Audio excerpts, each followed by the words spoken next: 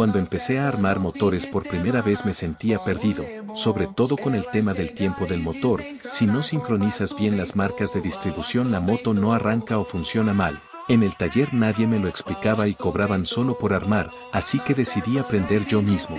Con este curso online súper completo de mecánica de motos desde cero entendí de manera muy fácil y paso a paso cómo identificar las marcas y sincronizar el tiempo al momento de armar. Hoy puedo montar y ajustar motores con seguridad, sin depender de mecánicos, ahorro dinero y tengo la tranquilidad de que mi moto siempre está lista.